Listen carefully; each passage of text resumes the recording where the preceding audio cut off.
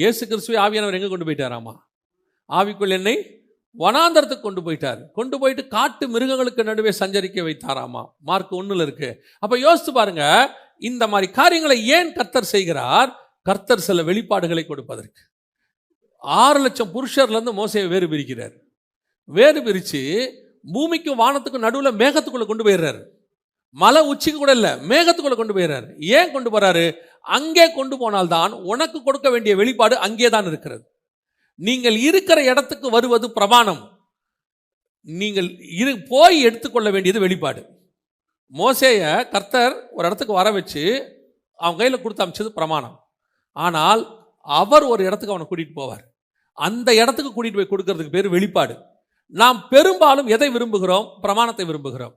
ஆண்டவர் என்கிட்ட பேசணும், வாக்குத்தத்தம் கொடுக்கணும், ஆண்டவர் என்கிட்ட தீர்க்க தரிசனம் கொடுக்கணும், தரிசனம் கொடுக்கணும். அதெல்லாம் நீங்க இருக்கிற இடத்துக்கு வந்துடும். நீங்க இருக்கிற இடத்துக்கு ஆண்டவர் உங்களுக்கு ஒரு வார்த்தையை கொடுத்துருவாரு, ஒரு தரிசனம் கொடுத்துருவாரு, ஒரு தீர்க்க தரிசனம் கொடுத்துருவாரு, சில சொப்பனம் கொடுத்துருவாரு, வாசிக்கும் போதே வசனம் கொடுத்துருவாரு, அது உங்களை பலப்படுத்திடும், எல்லாம் செஞ்சிருவாரு. இதெல்லாம் நீங்க இருக்கிற இடத்துக்கு வரும். ஆனால் அவர் உங்களுக்கு ஒன்று வச்சிருப்பாரு பாருங்க, அதை நீங்க வாங்கணும்னா அது நீங்க இருக்கிற இடத்துக்கு வராது. அவர் நியமிச்ச இடத்துக்கு போனாதான் அது கிடைக்கும். அது நியமிக்கிற இடம் ஒரு வேறுபாடு இருக்கிற மாதிரி இடமாக இருக்கும். அது வனாந்தரமாக இருக்கும், எலும்புகளின் பள்ளத்தாக்கா இருக்கும், அல்லது பத்மு தீவுங்கிறதான ஒரு சிறைச்சாலையாக இருக்கும்.